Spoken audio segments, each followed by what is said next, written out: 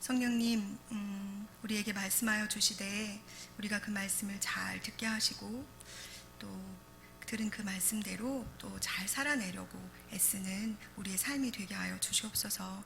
사람의 모습은 감춰주시고 주님의 말씀만 살아 역사되어지는 놀라운 시간이 되기를 소망합니다.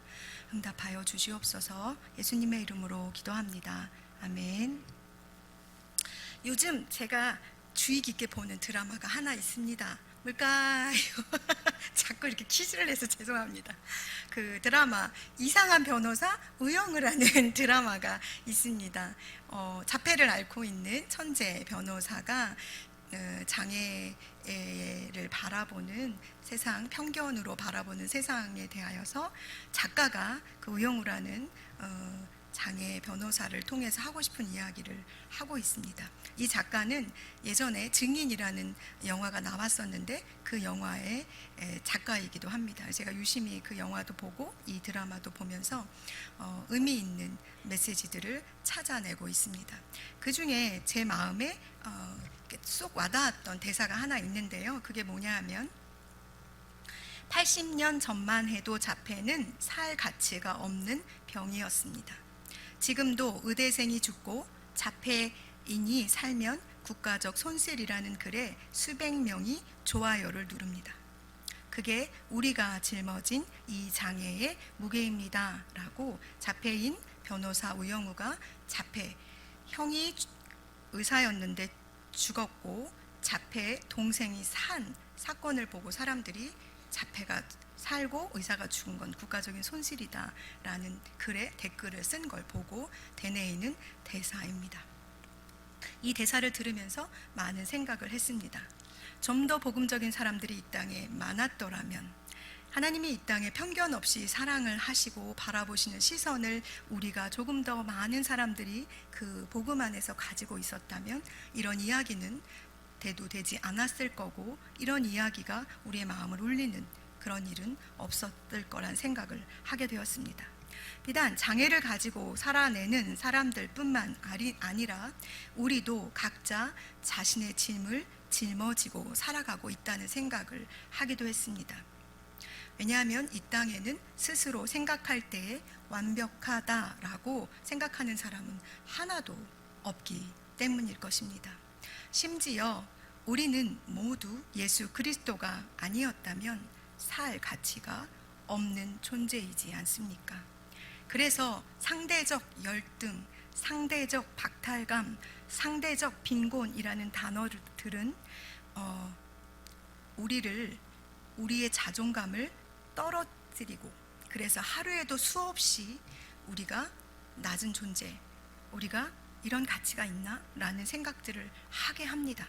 나아가서 나만 그런 존재로 사는 것이 아니라 때로는 다른 사람의 자존감도 떨어뜨리는 악을 범하기도 합니다. 어쩌면 세상의 사람들은 나라는 존재의 가치를 잘 알지 못함으로 끊임없이 누군가와 비교하며 그 사람처럼 되고 싶어 가랑이가 찢어지는 고통을 참아내며 달려가고 있는지도 모르겠습니다. 예수 그리스도를 믿는다고, 그래서 예수 그리스도를 믿으면 하나님의 자녀가 되는 권세를 가지고 산다고 고백하는 우리들도 사실 이 상대적인 비교에서 벗어나기 쉽지 않습니다. 왜냐하면 많은 그리스도인들은 사람들이 만들어 놓은 신앙의 모습, 이게 옳은 신앙이야, 이게 옳은 믿음의 가치야 라는 것에 나를 가둬두기도 하고, 때로는 다른 사람을 그 가치에 가둬둠으로 정말 진리가 너희를 자유케 할지니 라고 말씀하시는 예수 그리스도의 그 자유를 누리지 못하고 살아갈 때가 있기 때문에 그렇습니다. 사도 바울은 로마서 12장 3절에 이렇게 말합니다. 내게 주신 은혜로 말미암아 너희 각 사람에게 말하노니 마땅히 생각할 그 이상의 생각을 품지 말고 오직 하나님께서 각 사람에게 나누어 주신 믿음의 분량대로 지혜롭게 생각하라 라는 말을 합니다. 이 말씀을 우리가 믿음은 선물이라 라는 하나님의 말씀과 비교해 볼 때 조금 이상하지요? 왜냐하면 믿음의 분량이라는 단어를 썼기 때문에 그렇습니다.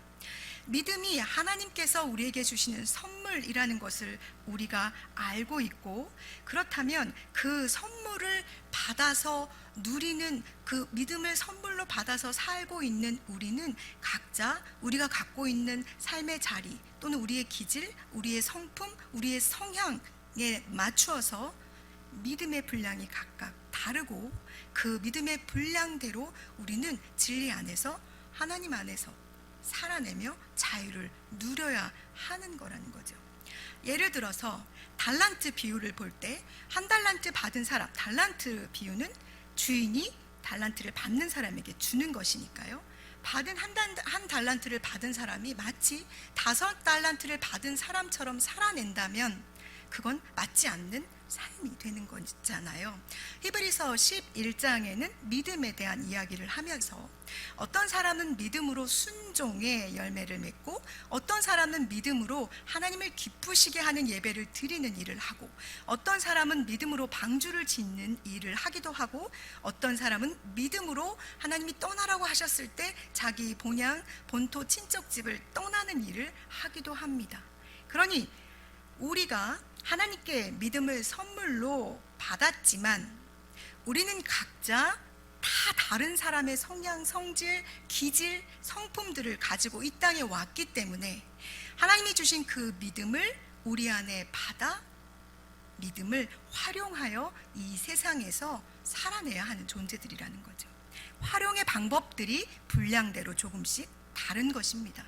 그러니 믿음을 하나님께 선물로 받은 우리가 감히 저 사람의 믿음이 높아 또는 이 사람의 믿음이 낮아라고 함부로 판단하거나 규정 짓거나 틀을 만드는 것은 옳지 않습니다.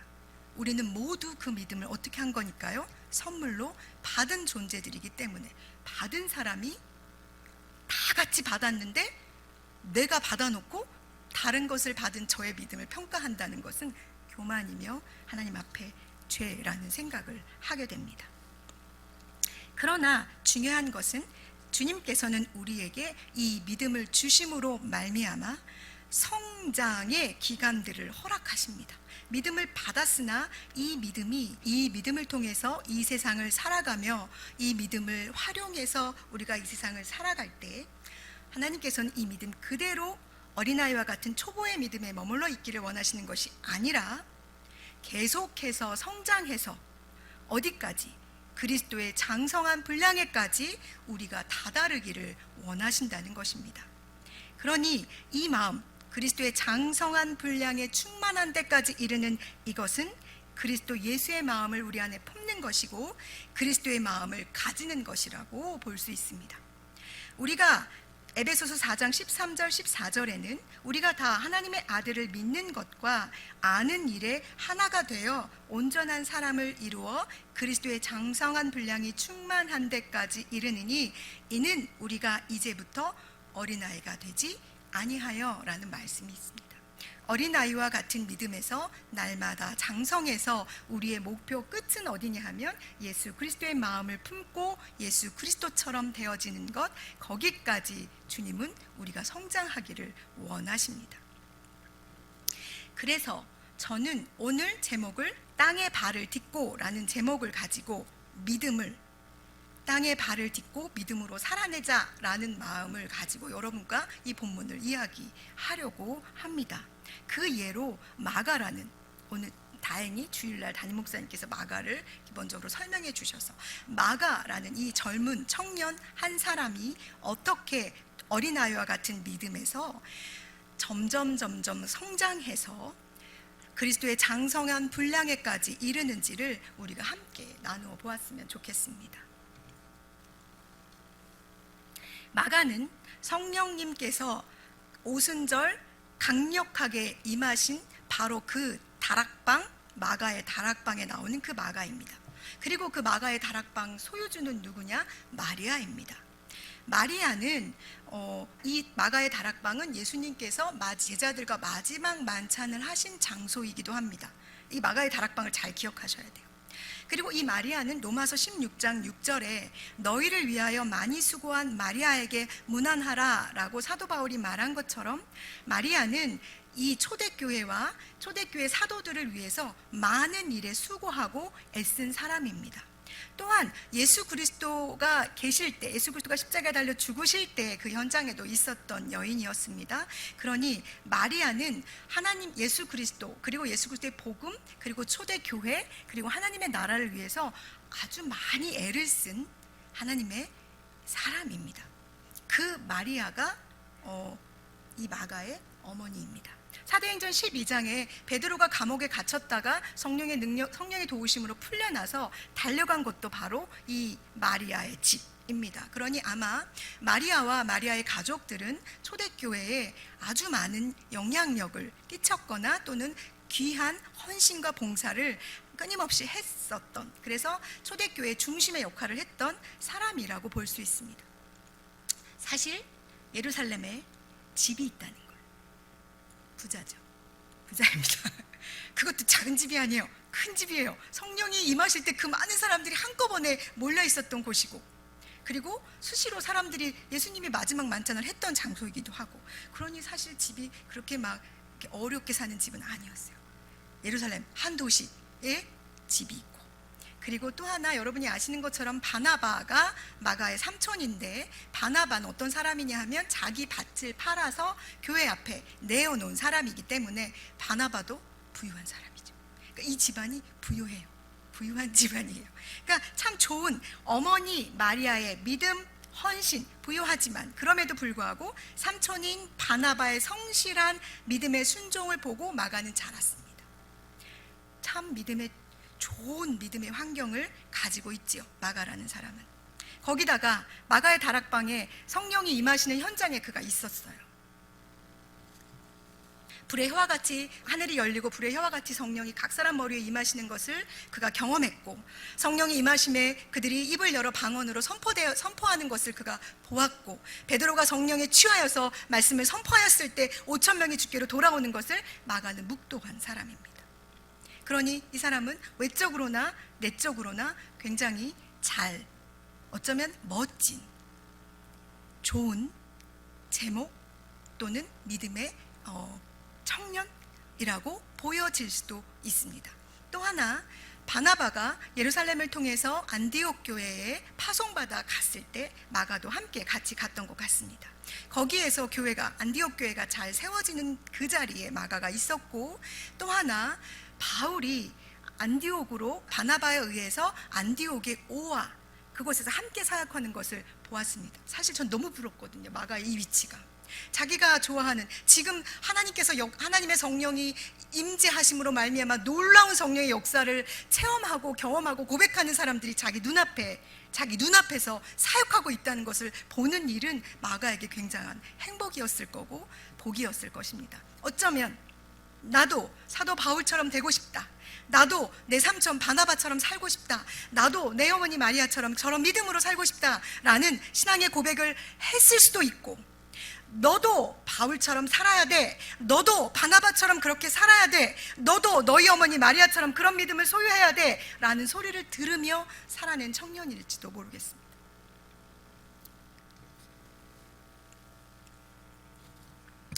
우리는 가끔 누군가가 가지고 있는 신앙의 모습처럼 살아내고 싶을 때가 있습니다.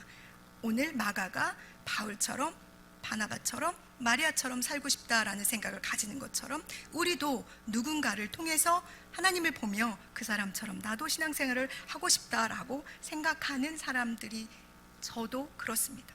때로는 바울처럼, 때로는 바나바처럼, 때로는 다윗처럼, 때로는 아브라함처럼, 때로는 누구 되게 유명한 목사님의 설교를 따라서 하는 것처럼 이렇게 하고 싶을 때가 있습니다. 그러나 하나님께서는 우리 각 사람을 그 사람처럼 살게 하기를 바라시지 않으십니다.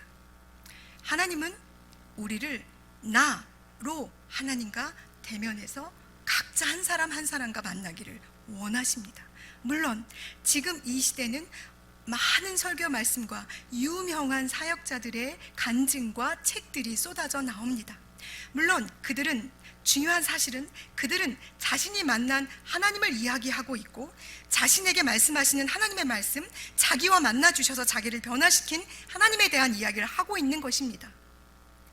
중요합니다. 그들이 만난 하나님이 내가 만난 하나님과 같을 수 없습니다.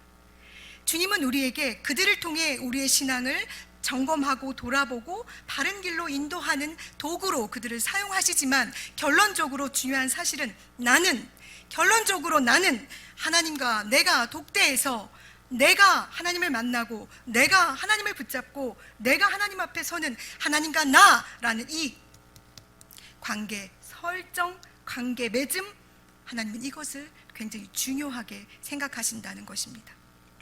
그러니 여러분, 때로는 우리가 볼 때 아까 서두에서 말씀드린 것처럼 믿음에 우리가 지어놓은 이런 것이 좋은 믿음이야, 이것이 신앙이라면 이렇게 생활해야지 라고 우리가 만들어 놓은 그 틀에 행여 우리 공동체 안에 지체가 그렇게 하지 못할 때, 또는 내 자녀 중에 누가 그렇게 하지 못할 때 함부로 아까 말씀드린 것처럼 그도 그 믿음의 분량대로 살아가는 것임을, 그리고 하나님께서 그를 마가처럼 개인적으로 부르실 그때가 있음을 여러분이 기억하시고 뒤를 돌아보며 그를 위해 기도하는 일이 앞서가는 여러분들이 우리가 해야 할 일입니다. 다시 마가에게로 돌아와서 이 영적인 설레임 그리고 부흥의 한가운데 있었던 마가는 드디어 사도 바울과 바나바가 1차 선교여행을 떠남에 있어서 함께 갑니다. 이 부분에서 성경은 마가가 어떤 마음을 가지고 함께 떠났는지 이야기하고 있지 않습니다. 그가 자이든 타이든 바나바를 따라 바울을 따라서 1차 전도여행을 간 것은 칭찬할 만한 일입니다. 왜냐하면 그것은 믿음의 결단이고 용기였으니까요. 그런데 13장 5절에 출발해서 13장 13절에 돌아옵니다. 겨우 8절 만에 마가는 돌아옵니다. 돌아온 것으로 끝나는 것이 아니라 1차 선교여행을 마무리하고 바울과 바나바가 예루살렘에 들려서 선교 보고를 한 후에 안디옥에 들렸다 사람들을 이렇게 격려하고 교회를 세우는 일을 하다가 다시 1차 전도 선교여행 때 세워진 교회들을 다시 돌아보기 위해서 그들이 떠나자고 했을 때 바나바와 바울은 이 마가 때문에 심히 다투어 나누어집니다. 바울과 바나바가 심히 다투어 나누어지는 그 상황을 지켜보고 있는 청년 마가의 마음은 어땠을까요?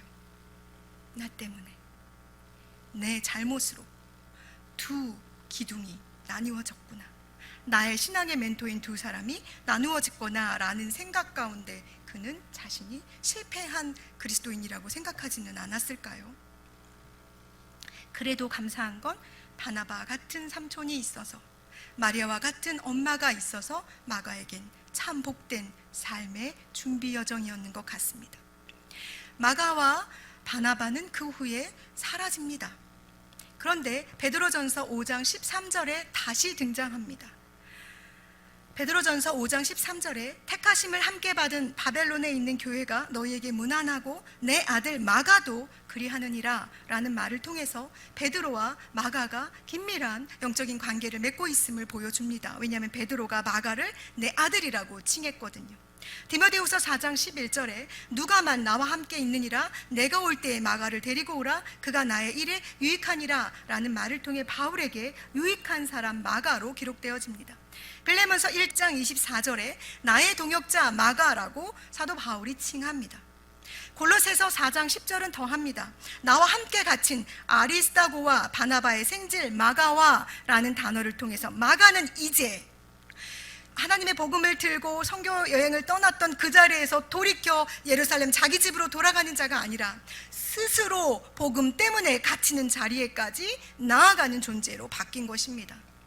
그것은 누가 애써 행한 것이 아니라 하나님께서 마가를 1대1로 만나 그가 나와 함께 이 믿음의 성장의 과정 가운데 어린아이와 같이 뚱구름처럼 누군가에서 강요되어지거나 누군가에 떠밀려서 아버지 앞에 서서 다른 사람의 믿음을 고백하는 자가 아니라 마가의 입을 통해 마가가 살아계신 하나님을 고백하기를 기뻐하시는 이 성장의 과정, 믿음의 성장의 과정에서 주님이 행하신 일이시라고 저희는 믿을 수밖에 없습니다.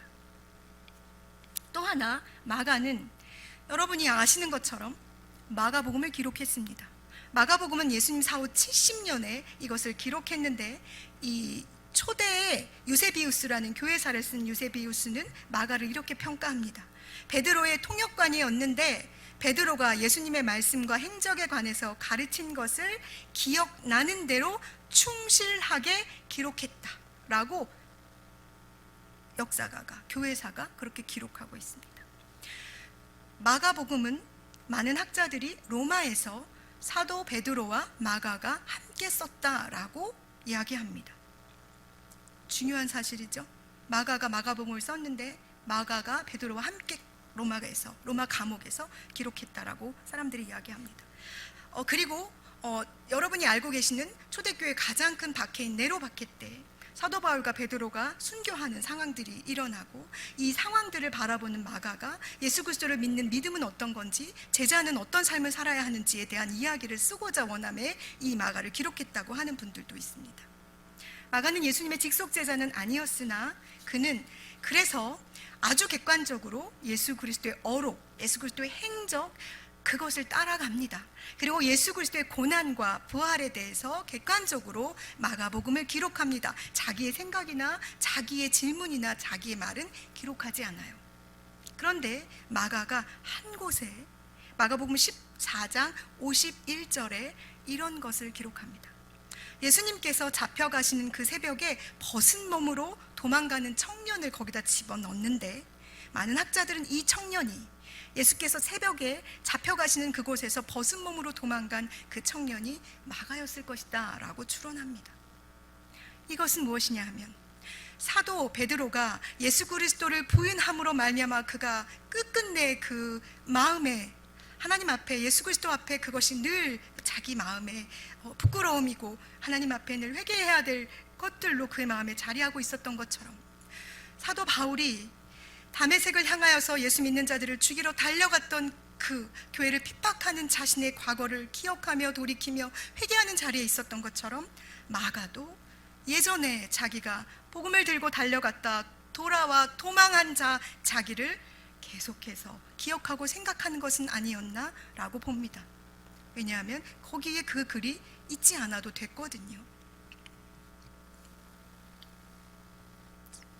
바울처럼 살지 못한 자신, 어머니처럼 살아내지 못한 자기 자신, 삼촌인 바나바처럼 살지 못한 자신이 성령의 임재하심을 보았고 성령의 역사 한복판에 있었음에도 불구하고 도망자의 모습으로 있었던 자기 자신을, 이 마가를 하나님께서는 기다림의 시간과 인내의 과정을 통해 믿음의 성장을 이루셨습니다. 하나님의 은혜이지요. 하나님이 하신 것입니다. 마가복음은 하나님의 아들 예수 그리스도의 복음의 시작이다 라고 선포합니다. 다른 사복음서에 하나님의 복음이라는 말이 있지 않습니다. 예수 그리스도께서 하늘을 버리시고 이 땅에 오셔서 그 발을 땅에 딛고 걸어내신 그 시작이 바로 예수 그리스도의 복음의 시작입니다. 그래서 믿음은 뜬구름처럼 하늘에 있는 것이 아니라 이 땅에 발을 딛고 예수 그리스도처럼 걸어내는 것, 이 땅에서 매일매일 주님이 우리를 성장시키시는 그 과정, 그 성장통을 주님을 바라보고 믿으며 주님 앞에서 꿋꿋이 그것들을 해결해 나가는 것, 그것이 믿음이라고 볼 수 있지는 않을까요? 예수 그리스도의 복음을 우리는 모두 각자 가지고 계십니다. 사도 바울이 나의 복음이라고 말한 그 복음이 여러분 각자의 복음이 되시기를 원합니다. 누군가에게 나의 복음을 자랑스럽게 증거하고 고백하고 자랑하실 때 그것은 여러분의 믿음을 통해 활용되어질 것입니다. 그러나 여전히 우리의 믿음이 어린아이와 같은 자리에 머물러 있기를 주님이 원하지 않으십니다. 그래서 주님은 어떤 방법으로든지 우리의 발이 떠서 하늘에서 붕붕 떠 있지 않고 내려서 땅을 딛고 걸어내도록, 그래서 우리의 삶을 믿음으로 살아내도록 주님은 그렇게 하실 것입니다. 때로는 그것이 고난으로, 때로는 그것이 우리에게 어려움으로, 때로는 우리가 감당할 수 없는 힘겨움으로 우리 가운데 올지라도 주님은 작정하신 그대로 그 일을 이루어 가실 것입니다. 행여 그 길 가운데 있으심에 힘겨우신 분들이 계시다면 기억하십시오.